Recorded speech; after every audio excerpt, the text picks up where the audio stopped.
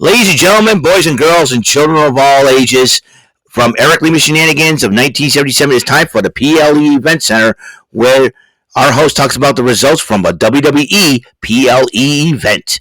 And now here's the man to bring you all the results from the PLE event himself, Eric M. Lima.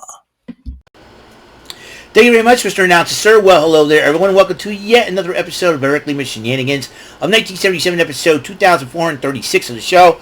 How's it going? Had a great time at the Portuguese Feast. Ran into three people that I have not seen in quite a while. And I do always appreciate them. Always appreciate it. Maybe a trip to the feast was something I needed after what's been happening to me this weekend. I don't need to explain. I'll probably have to explain to you on a separate video. And we'll go from there. And I felt, it was okay. It was really cool, and I'm going back there tomorrow. But I want to give a shout out to the Domino's Pizza crew in Ashley Boulevard in New Bedford. I want to give them a shout out because here's what happened. As you know, before I decided to come home, watch some SummerSlam Saturday night, I said, well, I'm going on the way home from the Portuguese Feast. I ordered myself medium stuffed crust from Linguiça Pizza. I did that. I said I like to have a pizza and a Coke. That's very ideal, right? So, and it's a Saturday lunch. It's a Saturday dinner rush, as you know. Every Saturday night, always busy. Domino's makes a lot of greenbacks. You know what I mean? And so I've ordered a little stuffed crust, melted cheese in every bite. So, anyways. Okay. I didn't know that it cost that much. I thought it would cost $9.99. Well. Anyways.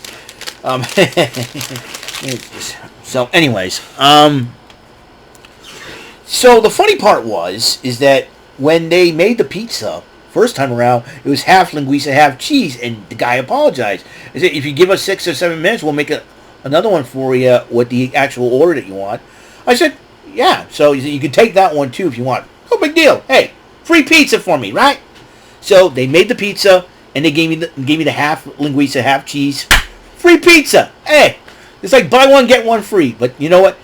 If they, the crew, the Domino's Pizza crew and Ashley Boulevard guys, I understand what it's like working in a restaurant. You get the lunch rush and everything else. It's all crazy. It's all woo. I get you. So that's why I understood that. I was not mad. I was like, hey, I'm not mad. I got a free pizza. Hey, got a free extra stuffed crust pizza. Yeah. So, guess what? I think I'm set. I'm set for the SummerSlam weekend, man. You know what I mean? And so, shout out to you guys. $20 for 2 pizzas. It works. So I'll be a stuffed boy this weekend, that's for sure. Also, just to let you guys know, both of the shows will be postponed till the 11th of August. Something came up from Gary's situation, and they decided to postpone it. So just so you know, there'll be no Bofas on this coming Monday. That's good. That's good. But I'll explain my situation on a separate video. All right. So let's see what's going on here, ladies and gentlemen. It's SummerSlam Saturday. I just finished watching it, and it's almost 10 o'clock. So let's get rocking and rolling. Get right into it, man. I'll tell you what. Let's just say that my picks and predictions, I've been good. All right. Roman Reigns, Jey Uso went up against Bronson Reed and Braun Breaker, and this was an insane match as always. As you know, Bronson Reed calls himself the tribal thief for stealing Roman Reigns' sneakers on Monday Night Raw. But in the end, though, Reigns and Uso got their revenge as they pick up the victory over Reed and Braun Breaker. As you know, Cardi B kicked off SummerSlam. Will she be beefing with somebody? I don't know. Let's check that out. Then the women's tag titles on Raquel Rodriguez and Roxanne Perez versus Charlotte Flair and Alexa Bliss. Now, The Judgment Day's been been like the cover girls. All that glitters isn't gold. You know, all that glitters isn't gold, but they all got the glittery gold. But not on this night, ladies and gentlemen, because I predicted, now, in the first match I predicted Reigns and Uso were going to win. Bingo, got one. Well, guess what? I'm 2 for 2 in this situation. Ric Flair. Charlotte Flair and Alexa Bliss are the new WWE Women's Tag Team Champions. I wouldn't get too comfortable with those belts, ladies. You may be the Alliance of Convenience, but there is a certain tag team on Monday Night Raw that probably wants those belts once again. And yeah, they're the modern day jumping bomb angels themselves, the Kabuki Warriors. So watch your backs, ladies. They'll test your friendship for sure. So yes, Alexa Bliss and Charlotte Flair are your new WWE Women's Tag Team Champions. Meanwhile, the LWO, The New Day, Grayson Waller, Akira Tozawa and Maxine Dupree fight over one piece of pizza left. They were, too bad they weren't sponsored by Domino's. I would have loved to see. Oh, and shout out to my new friends over at that I met at the Domino's earlier on, Ethan and Andrew. I don't know if they watch this, but they watch my watch any of my videos and all. Ethan and Andrew, shout out to you guys, because Ethan comes in, he sees me in my Red Sox gear. Hey, right, nice Red Sox gear. By the way, the Red Sox won again, thank you. And guess what? They're in second place. Loving it. So, and we talked about a little bit about SummerSlam, what's going to happen and all, and we're talking Red Sox. So, baseball and wrestling, with waiting for their pizza, that's a cool sign. You know what I mean? I'm loving it. And like, you know, yeah, despite everything that's been happening, I felt good vibes came out from the Portuguese feast for sure. You know what I mean? And I was vibing at the feast. I was trying to vibe at the feast, and then I'll explain on a separate video. Just hold your horses, people. I'm not done yet. And then, as the New Day's like, we get the last piece because we're in mourning. Shut up! Shut up, Xavier Woods. And Kofi Kingston. It's like, oh, we get the last piece because we're in mourning. You ain't taking my pizza. Stuffed crust linguiça. Thank you, it's mine. Yeah. Have a good time. A toast to you.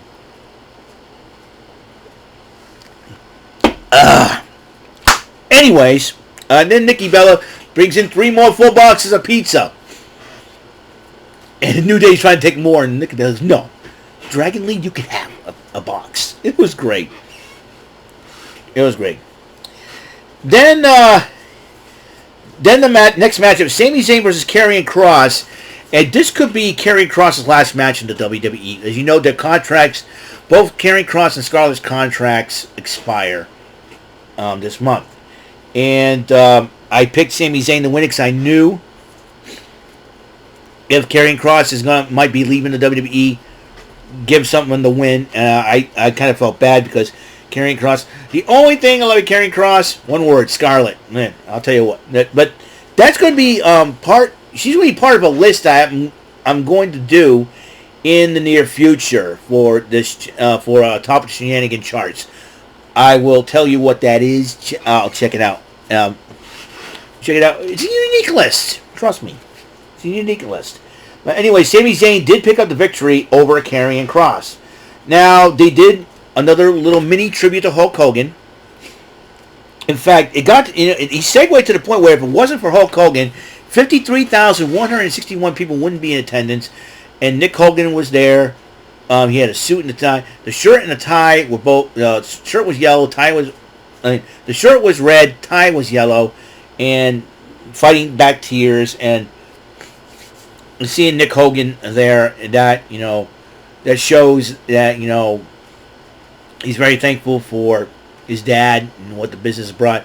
Like I said, his dad, Hulk Hogan revolutionized the wrestling business as a whole. He put it on his back for the 80s. He did it again in the 90s and made everyone else step up. That's the thing. That's the main. I think that's the main key. When Hulk Hogan turned heel in '96, like I said, it made everyone, not just in WCW to step up, but in the WWE to step up, and that's a big deal here and there. And so the women's WWE Women's Championship on the line. Tiffany Stratton defending it against the Queen of the Ring, Jade Cargill. Jade Cargill earned this shot by knocking off Roxanne Perez and Asuka, which and to win the Queen of the Ring tournament, to get a shot. And these two ladies went at it, but in the end, it's Tiffy time. That's right. Again, I am 4 for 4. Let's see. I got the Reigns Uso. I got Sami Zayn right. I got Flair and Bliss right. Now I got Tiffany Stratton right. I was 4 for 4. The first 4 matches, I was on fire. But we're gonna run into a little bit of a buzzsaw. But before then, in attendance, the host of SummerSlam, Cardi B, Stephanie McMahon was there, and one of I think a young cook, a celebrity cook, Taneke Younger, was there, and so this next match, Randy Orton and Jelly Roll versus Drew McIntyre and Logan Paul. And also in attendance, another social media influencer, Bunny XO, Jelly Roll's wife. Jelly Roll, my hat is off to you, sir. She is gorgeous, and she was cheering on her man. And Jelly Roll, I got to give Jelly Roll a lot of credit for him to get up from that table shot by Logan Paul. Listen, Paul McIntyre won the matchup. I don't care. Why? That was my first prediction I got wrong. Because I'll tell you one thing, Logan Paul, I don't like the guy. I can't stand his face. I always want to punch Logan Paul in the face. I don't care if he's a YouTube influencer. Just because I'm a YouTuber doesn't mean I'm going to go, I'm going to be a big, I'm going to go into a WWE ring and fly off the top rope and kick Dominic Mysterio in the nuts or something like that. I really don't. It's like, I don't know what Logan Paul's doing. Logan Paul has the knack for it. That's good for him. All right.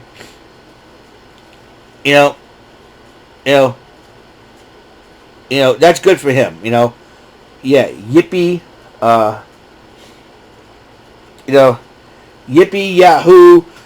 Logan Paul is a wrestler in the WWE. You want a cookie, Logan Paul, you Beavis-looking butthead. Can't stand him. Every time I look at his face, he's like, I don't know who's got more of a punchable face, MJF or Logan Paul.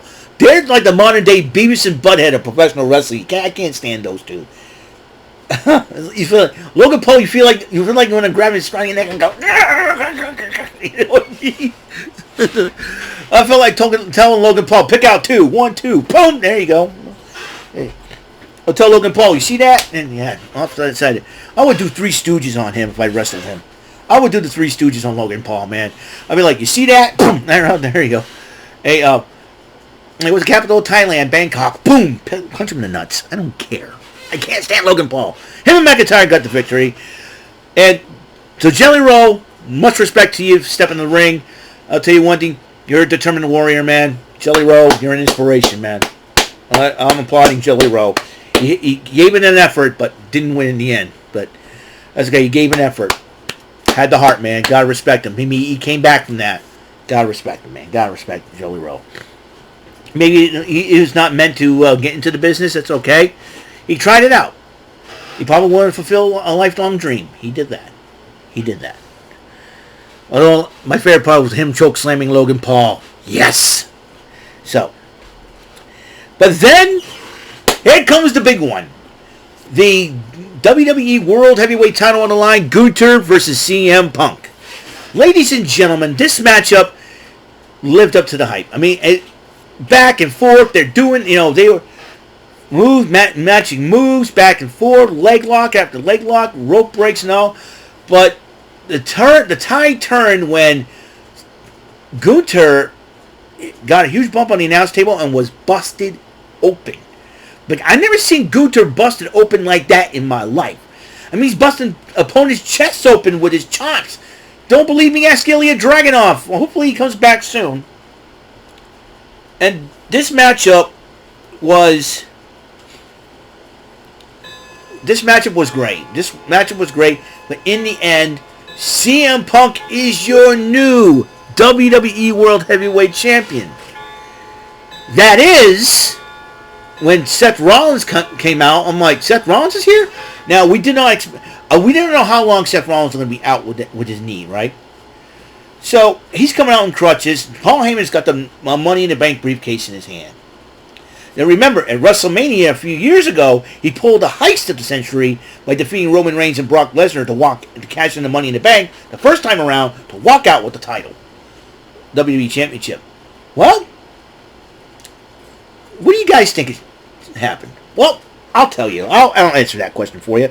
So, I thought he was going to, hey, listen, Punk, I got this, and even though I'm hurt, I got till June to cash it in. He walks back. He hops back with his crutches, throws the crutches down, turns around, takes off his knee brace, knee's okay. He starts darting the ring. Paul Heyman is chasing after him. Tells Jessica Carr, get in the ring. He brawls with CM Punk, pounds him with the briefcase. After Punk just won the title about, 5 minutes in? That's according to what Michael Cole's saying. And then all of a sudden, Seth Rollins grabs the briefcase, tells Jessica Carr, the referee, here, I'm cashing in. The belt's cashed, the briefcase is cashed in. He ends up hitting the curb stomp on CM Punk. 1, 2, 3. Seth Rollins is your new World Heavyweight Champion. I did not see that come. I did not even expect it, to be totally honest. I thought Seth Rollins would be out for a few more months, or at least till next year. I thought he'd be back at WrestleMania and pull off the post-WrestleMania special. But, Michael Cole said it best. He pulled off the ruse of the century. Not just he pulled off the heist of the century a few years ago. Forget which WrestleMania. I know it was like WrestleMania 31 or 32. I forget which WrestleMania. Probably in the 20s. Hold on just a second here.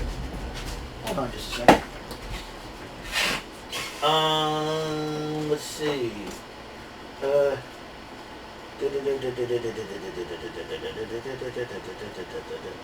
No, that's not it. It had to be 31.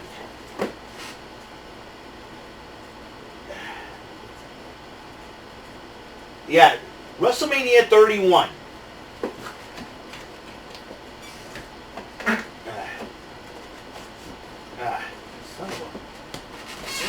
Okay, there you go. Sorry about that, folks. WrestleMania 31. That's when he pulled off the heist of the century. SummerSlam 2025, the ruse of the century. Seth Rollins, my hat is off to you, buddy. My hat is off to you. That's the old Shenanigans salute to Seth Rollins. I respect CM Punk. I got the CM Punk prediction right against Gunther. I'm 5-1, but did not expect Seth Rollins to cash it in. He got us. He got us good. Seth Rollins got us good. Got us good. He got us good. He got us real good. Tell me, Seth Rollins got us good. He got us good. So, that's it for today's episode of Eric Lima Shenanigans of 1977. Tomorrow, once again, we're going to go back. I'm going to go back to the Portuguese Feast once again. We're going to have some fun. I'm going to hang out there for a few hours at the Portuguese Feast. I know we have the parade at 2 o'clock. I'm looking forward to watching the parade. And then what I'm going to do is when I get out, I'm probably going to pick up a couple more liters of soda, come on home, watch SummerSlam or tomorrow. And all tomorrow is title matches and stipulations, folks. It's championship fight night. It's all like Clash of Champions or Night of Champions over again. All titles are online tomorrow's SummerSlam.